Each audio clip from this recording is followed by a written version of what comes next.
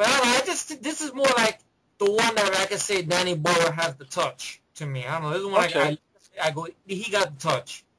You know. So I don't waste my time with Slumdog Millionaire. It's just I don't know. Just something about it made me want to see it. okay. I don't know what it is, but hey, I agree with you. 127 hours. You know? So I really enjoyed that. And of course, number one, of course, Expendables. But Of course. I don't know if Mike. There was one you want to throw in Red. Yeah, I throw in Red. Red is a movie that I liked. I saw it, got it from Redbox, watched it with my mom and her friend Troy, and they all liked it. Great casting, great way to suck you in the first part of the movie because you're thinking, what is this? Action movie, Bruce Willis, right?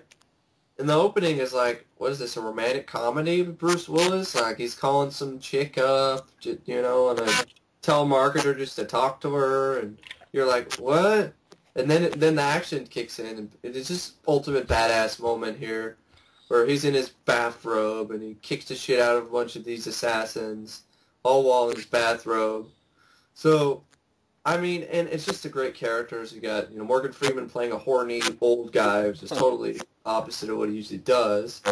John Malkovich is the paranoid guy. Turns out he was right. He thought that chick was watching them, and, he goes over, pours a purse out, and it's like, there's nothing in there. You're being crazy. The pink, is it a pink elephant? Is that what it? The pig. He's got a little stuffed pig, and there's something awesome inside of it, and then... But I've seen Red. It's a fun movie. I still want to see it. I haven't seen it. I heard. And Helen Mirren's great in it. Totally different. It's based on a comic book. Mike? Yes, it's based on a graphic novel. Yeah. Retired and extremely dangerous. Kind of like the And Losers also- were.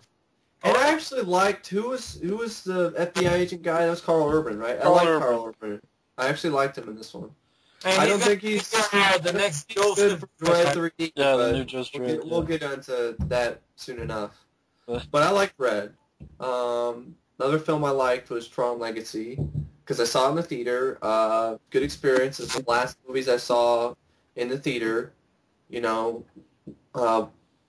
I was in at AMC anyway, and when it wasn't AMC, it was a different place. But it was the last one I saw. It was actually the last thing that I saw before I took the plane to go from Oklahoma City to Vancouver. It was a good experience. Hung out with one of my friends I met at church and the pastor and things like that. And that was good. Folks, not Vancouver, Canada, like I thought it was. Vancouver, Washington. I thought I was going to Canada. I thought it was Canada too. The hell would I go to? It said Vancouver. I've never heard of Vancouver, Washington. You know what, folks? He's been saying, "Oh, we're gonna move to Vancouver." So we're thinking he's going Canadian, like Logan. And he laughs. He don't straighten it out. Then when he finally moved to Honduras, he goes, "I'm not in Canada." I told him about getting the loonie. He starts laughing. What do you mean, the money? I think that's what they refer to it over there. I don't know. The loonie. I had to say hello to Wolverine for me. I don't know. But anyway, Tron Legacy, I like the score by Daft Punk. It's phenomenal in my opinion. The visuals are very strong. It's not as good as the first film, but it has really great, awesome action set pieces. I agree with certain parts that people don't like. Yeah, that's a fact. Tron! But Tron himself, yeah. That's not really... I think that's Disney. Disney had that in mind the whole time. No Tron! It's called Tron, no Tron! I understand that, but they set it up well when Tron does come back briefly and poses. 5 seconds! I know, Yeah. but you can't tell me it wasn't awesome when they built it up and he's like, I fight for the users. You're like, yeah, but... Yeah, they're like, huh? Then he disappeared. I agree. It's disappointing, but it's not enough for the movie to suck because I've seen a lot worse. So Jeff Bridges doesn't do anything, at least for me. Doesn't do nothing. That's sad. That's I like Jeff Bridges. that's fine. He don't do anything. I mean, it's alright. I understand you. Like me, I just disappointed. I lost $20 because when I saw it, 3D didn't work, and I got lied to because in the cue card when I put the glasses on, it says majority of this film was filmed in 2D. But please enjoy the experience. What experience? The action sequences are in 3D. They didn't work. They didn't work for him. I don't know. Well, sorry. I just they worked for Mike, but not for I will say I like Daft Punk's score. That Garrett Hoodlum, I'm glad that he got a lead in the movie. That was good. It's good. I liked him. He was good. Jeff He should be Bridges, Spider-Man. this little I moment think was that like, guy should be Spider-Man instead of the wimpy little runt we've got in Amazing Spider-Man next year. yeah. Well, that's all there. The ending was ho hum. I agree, but they set it up, and I Set up for nothing because Disney doesn't want to do they this. talked about it. In movies, they talk about something. Oh, I have to absolve him into myself. It's going to happen. It's a good effect. But I agree. I wanted to see Tron kick, Jeff Bridges' Clue's ass. I think this is why I haven't done a review for the film, folks, because Okay, I'm always shifting on the films. I mean, do I love Tron Legacy? No. I enjoy the visuals, but the story needs work. It's fine in the first half. The second half, peters out. That's why I don't know. When I do a review, I'm like, I don't know. Do I like the film? I don't know. I like the look. I like the score. It's decent. I don't know. It's one of those, you give it 2 stars. That's why I wouldn't do a review of it, because I'm like, I don't know. Yeah. I understand both points. Well, I grew up with the first film, and I was looking forward to it. I had my hopes up. Like, all right, you got the And right fuck this. It's like what me and TMNT. Exactly. That's too much nasty talk, huh? Exactly. Yeah. There's too much nasty I talk. shows up for 5 seconds to go. I fight for the losers, and then fall, and then turns blue, and I fight for the losers. the users or whatever. They might as well be losers because they are losers. Yeah, that's a movie that I discovered in January, which it came out last year, and I had fun with the losers. Okay, yeah. It's actually a darker tone of movie. It works for PG-13. And looking back at the A-Team, I side with Matt. Losers is good. I side with Matt on the A-Team because it's kind of like, I saw it once in the theater. I thought the losers were better than the... Yeah, losers are a little more darker. Wait, you discovered Frozen. Well, that's true. Frozen. It's like, why the hell did they discover BA in the middle of the desert? Look at my tattoo! Look at my tattoo! My tattoo. My tattoo! A little bit too obvious, but yeah. But yeah, Frozen, I know I talked about this. I discovered that thanks to Matt. I haven't seen it yet. I want DVD. to. Got some good features on the DVD. I saw it for sale on the DVD, but it was too expensive. It was I won't spoil it for Mike, but Frozen, I'm sure everything. Very solid movie, Mike. I'm telling wonderful character development. Decent effects as well. I mean, it proves. Do you think that it's like 127 hours, Frozen? Are they sort of like the same as Well, they give you an experience. Frozen is like it's stuck on the. Yeah, go ahead. Well, Frozen's a little more like, I guess, almost like a little natural horror movie. 127 hours is more character-driven. I think that's the difference, if I got that right, Matt? Because you've seen both of them. Yeah, I mean, I think the natural horror and movie. the fact that they're both character films that you care about and their experiences. Because that's the problem I have with movies. Because you care about them, it makes you feel more.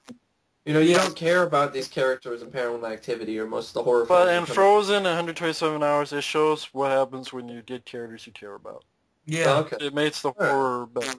Well, all right. Yeah. Because the whole idea is, in the first act of the movie, when you first see these people, like, why should I care about them? But then, as the movie goes on, grow to like it makes you change. You grow to like them, which is good. They grow on you. Adam Green, please do this, more of this, not have. Yeah. I mean, I like this because it makes you realize when after you watch Frozen, like, is this the same guy that did Hatchet? And then when I look at featurettes on the guy, listen to commentaries, he seemed like a nice guy. It's just, I gotta like on his Hatchet 2 commentary, how he talked. He was very adamant about MPA fucking with him, how they pulled the second film out of the theater and stuff. For only, I think it was only 2 days being shown. Well, I saw the poster. The poster, I kind of wanted to see the movie because the poster was in theaters, at our theater when I was working there at AMC. Yeah. And I never saw it in the theater. That was the theater chain, yeah.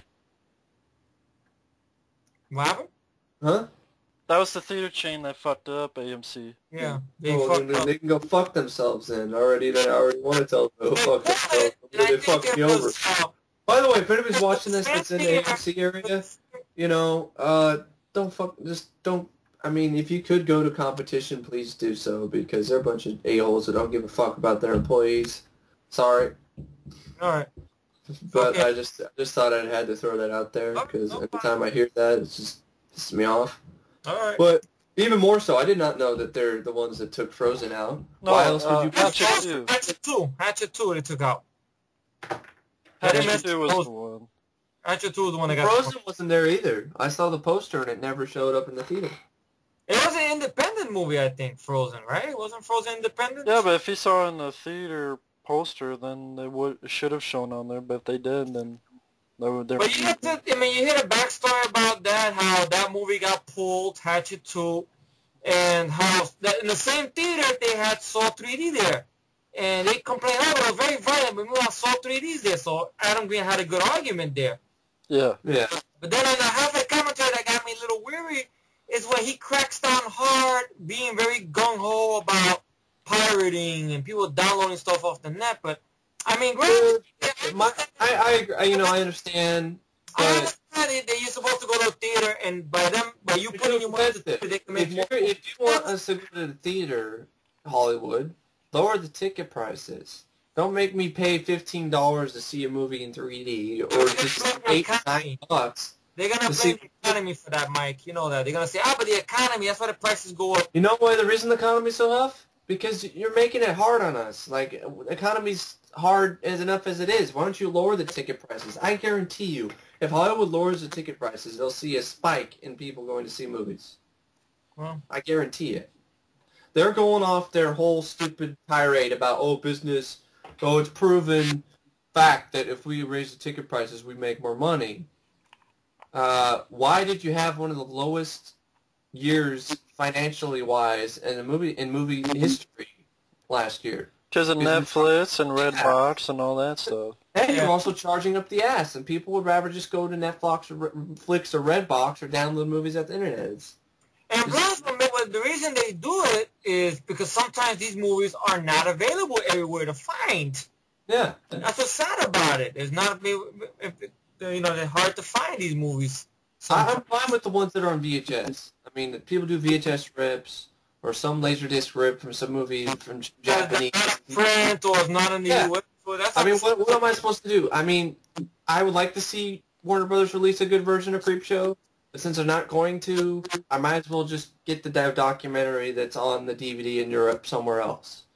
Mm-hmm. So, I mean, it's, the U.S., for some reason, doesn't treat their DVDs as well as Europe does, and that's weird. I don't understand it. Well, anyway. But the hard thing is that the man's got skill, he's got talent, he's got to not be so gung-ho about coming down on pirators and stuff like that. I understand that, but let's get to the movies in 2011. I understand that out there by Adam Green, but yeah. It's a solid film. I mean, I would like to see him do more stuff in other genres to see because I know there's like his dramatic one. I'd like to see what he would do with an action one next. Okay. Because I have curiosity, All right. Were there any other films you saw, Efree, faster? Oh, yeah, that movie's a shit fest, folks. I know it's got a fan base. Not me. I know that. I haven't seen it. I mean, because what you guys were saying, it reminds me of the ending of, Death Sentence, with the whole, like... Yeah, but Death Sentence at least has a lot more going for it than Faster, because Death Sentence... The ending of Faster is this, folks. The ending of Faster is... He's got the guy who fucked him over, killed his brother, and... the guy asked him if he could make a phone call, right, or some shit like that.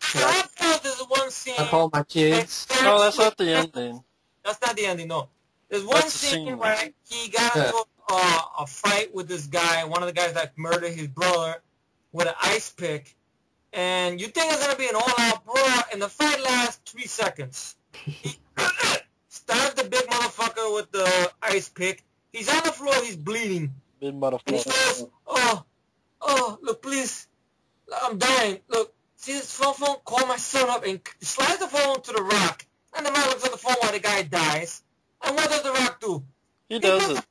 And he calls Are you kidding me? Son. I mean, give me a break. No badass would do that. The real badass was Stallone or Schwarzenegger or Van Damme or even fucking Seagal, for fuck's sake. Seagal would sit on his face. Yeah. They'd probably take the phone. Like, fuck you. Bust it.